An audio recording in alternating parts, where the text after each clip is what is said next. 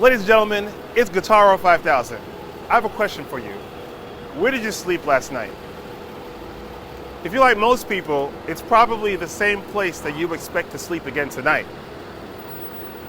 And if you're like most people also, it's probably the same place that you've been sleeping at every night for the last few years, and or expect to sleep again every night for the next few years.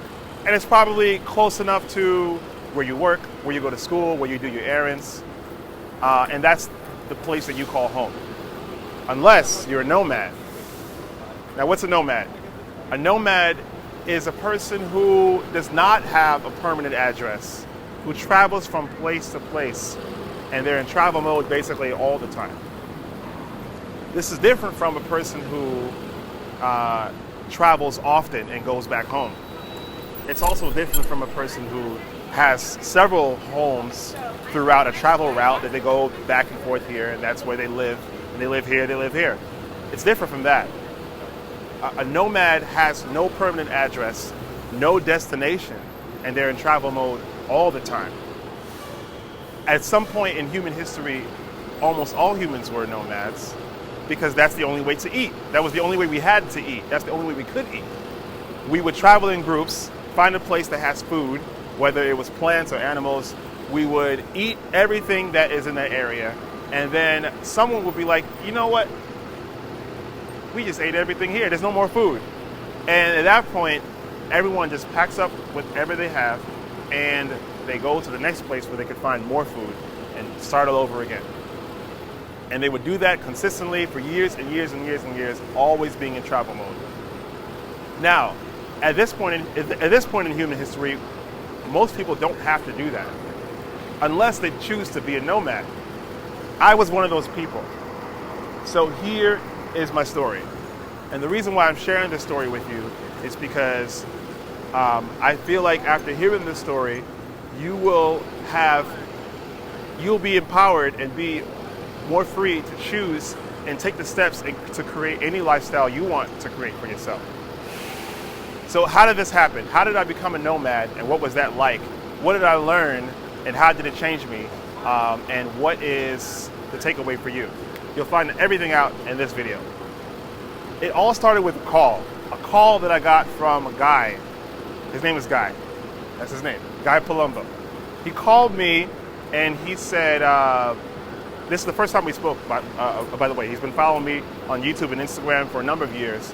He says, hey, Guitaro, I want to start putting work into my YouTube channel, and I'd really like your advice. You built a YouTube channel, you built a following, and I want some advice from you, and tell me how much it costs, and then I will pay it to you in exchange for your advice. That's what he told me.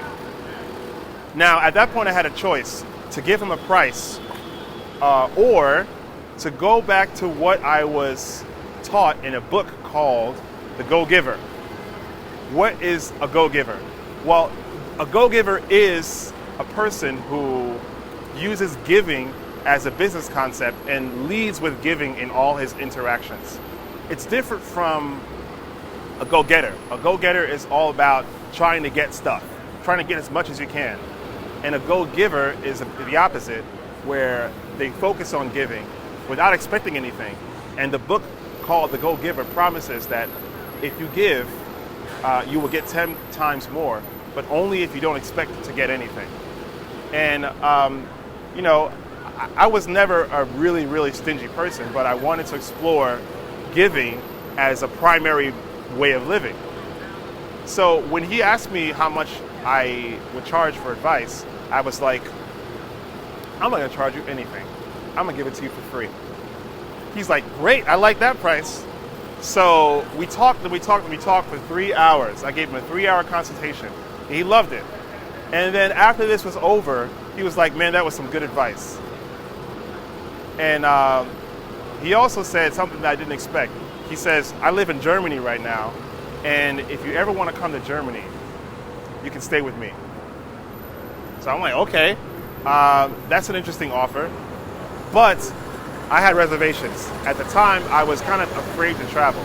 As a musician and a person who has YouTube videos and stuff like that, I've been offered to go this place and that place, but I was mostly just kind of afraid to do it. But this time, I was like, I want to give this a shot. So I told him, I'm going to come to Germany and I'm going to stay with you. And he was like, great, I have a place for you to stay. I might have a gig for you as well, but I'm pretty sure you'll enjoy your time in Germany. So as I imagined myself going to Germany, of course, it never really became real until I bought the ticket. I took that first step. I actually bought my first ticket. And this is my first time traveling overseas by myself. I bought the ticket, and as I'm getting ready to leave, this also happens to fall at the tail end of my lease to where I was living at the time. I was living in New York City. And my roommate asked me, now that your lease is over and you're moving, where will you move to? And I was like, you know what? I was offered a place to stay for free in Germany, and I have a feeling that this is not the only person that will let me stay somewhere for free. I think I'm going to be a couch surfing nomad. Couch surfing means you stay in places for free. I'm gonna give this a shot. I don't think I really need an address. I think this life kind of sounds exciting, and I think there's something to learn from it. So So my roommate was like, "That's really strange. You need an address. You need to have a place that you stay at. You can travel, but you got to come back to an address." I'm like, you know what? I don't think I really do. I think I'm gonna try out this nomad thing. So I head to Germany, and he gives me exactly what he promises: a place to stay and one gig. Not only that, he shows me where to go busking. I was already busking in New York. Busking basically means playing on the street for money. He shows me where in Nuremberg, because we were staying Furt in Nuremberg at the time in Germany. He shows me where to go. He introduced me to his family. I became friends with his family. He shows me which bars to play at. So, basically he hooked me up with several places to play. And day after day, I stayed there for 10 days straight. And I actually didn't spend more than I earned. I actually earned more money than I spent. Most people, when they travel, they spend more than they earn. But I earned more than I spent. So then I started to be like, man, that's pretty cool. Like, I went to a new country, a new place where I don't know anybody except for one person, and I made enough money to basically afford a ticket to go somewhere else. So then I'm like, okay, let me give this nomad thing a shot by calling back everyone who has ever offered me a place to stay before. It started out in Boston. Boston was the next location. And I did what Guy taught me to do. Find a place to go busking, go into some bars and some restaurants, and just ask, can I play, and get myself some gigs. And would you believe it? It happened again. I earned more money than I spent. And the whole time I was being a go-giver. I wasn't just, I didn't just ask this guy in Boston, can I stay with you? I was offering to help him out with certain things, offering to help him clean up, offering to help him do this project or that project. I was always available for him. And the more I was available, the more he liked having me. And that was a good experience too. So I'm like, you know what? I'm going to try this couch surfing nomad thing in New York City. So I started calling up people in New York City to say, hey, can I stay with you for a little while? And also, do you need help with anything? Can I help you clean something? Can I help you with a project? Can I help you do this? Can I help you do that? And every now and then someone would say yes. And that's what I was doing. And that's how I was living in New York City for quite a while. In New York City, the apartments are so small that, it's usually not enough space for the person living there. So for me to be asking New Yorkers, can I stay at your place, was a bit of a long shot. And I knew that. I knew it would be a challenge. But I led with giving first, and I was hoping that every night I'd have a place to stay. That pretty much didn't work. At least it looked like it wasn't going to work in one night. There was one night in New York City where it was 10 o'clock, and I had no idea where I was going to stay because everyone that I asked was saying no. At that point, I remember it being a really nice, hot summer day. And at 10 o'clock, it wasn't so hot. It was actually kind of nice. And I remember looking at this bench and thinking, if no one says yes to me tonight, then I'm going to sleep on this bench. As a matter of fact, I won't sleep on the bench. I'll sleep under the bench, because what if someone wants to sit? It's better to sleep under the bench, you know? So I'm like, this is going to be my bed under the bench unless someone says yes. And I remembered I was actually scheduled to meet a friend that night. So it's 10:01, and I'm like, okay, well, I'm going to meet him at 10:30. So I go to meet him at 10:30. And by the way, he's a person that already said no. So I knew he wasn't going to have me stay there tonight. But I was meeting him anyway. And when we were walking on the street and talking, someone who knew about my Nomad adventures, his name is Douglas, he actually tapped me on the shoulder. I turned around and I'm like, hey, it's Douglas. Hey, what's up? Hey, what's up, Guitaro? Hey, Douglas. And he's like, hey, Guitaro, you still doing that Nomad thing? I'm like, yeah. It's like, you need a place to stay tonight? I'm like, yeah. So he's like, won't you stay with me? And I'm like, okay, all right, it's done. I'm gonna stay with you tonight. He's like, but if you stay with me, you gotta play guitar with me. Because I've been meaning to jam with you for a little while, and every time I asked you, you had something else to do. I'm like, no problem. I'll play guitar with you tonight. We're gonna jam, and that's what we're doing. So I go to his house. He has a place laid out for me. He has food for me and everything. So I'm cooking, I'm hanging out, we're talking, we're playing guitar. He's like, you know, do you have a place to stay tomorrow? I'm like, no, I actually don't. Well, you can't stay here tomorrow. I'm sorry. Oh, shoot. All right. Because he says, my daughter's coming back, and where you're sleeping is where she's going to sleep. So I can't have you tomorrow. But I really think you should do something that will get you a lot more places to stay. I'm like, what's that? Pay? No, you don't have to pay. I think you should start a Nomad blog where every night, wherever you stay, you stay there that night, and when you wake up in the morning, you take a picture of where you stay, you take a picture of outside, you know, like wherever your window lets you see, and you take a picture of who you're staying with, and you talk about what happened. So I'm like, actually, that's a pretty good idea. So I started with him. I told the story of where, I posted on my personal Facebook, told the story of where I stayed. I showed the picture. I said what we did. We played guitar, we talked, we did this, we did that, all in one night. And before you know it, people started to offer me places to stay. The more I posted, the more people were offering, you know, because they sort of got the concept that this is, you know, a person who will be cool to have over. Especially since I guarantee to wash their dishes. You know, people like that. So the more I posted, the more people were offering. The more I posted, the more people were offering. And before you know it, I had more people. What's up, Fish? Here's my guy named Fish. What up? Dap. How you feeling, bro? Let's see. Yeah. So yeah, it actually continued to go past New York.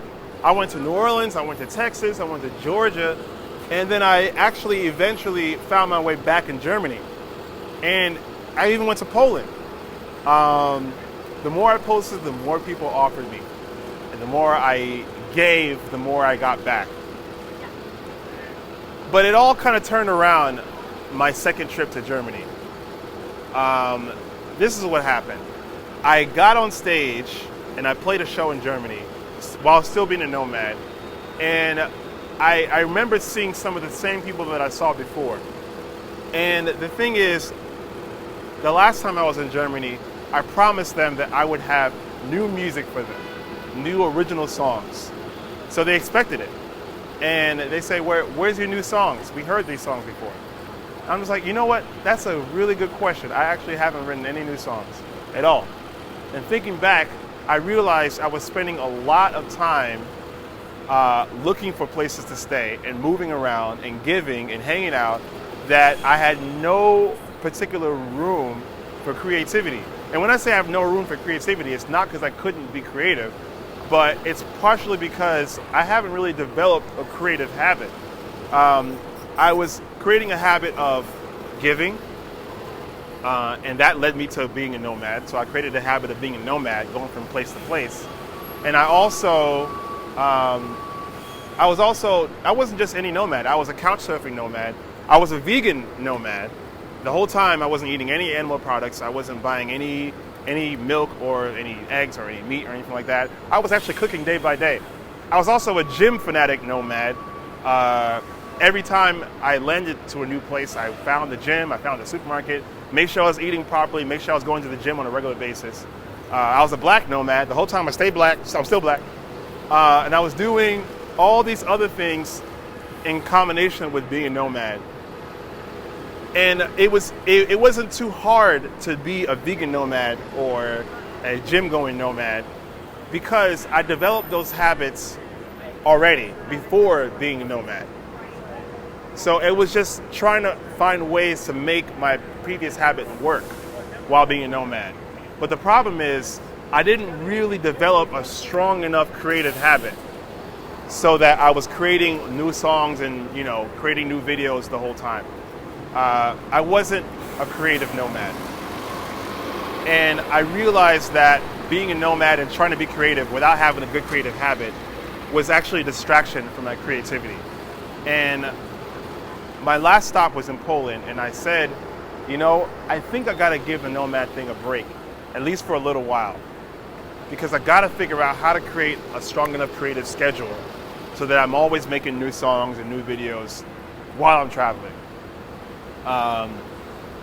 And that's when I head back home. Well, I wouldn't say back home. When I say back home, I meant back to the New York, New Jersey area. That's where I grew up, so to me, that's kind of home. But I decided to start renting a place. So I told the guy who I was going to rent from, I'm going to be back in New Jersey, and I'm going to rent this place, and I'm going to stay there for a little while, and I'm going to pay.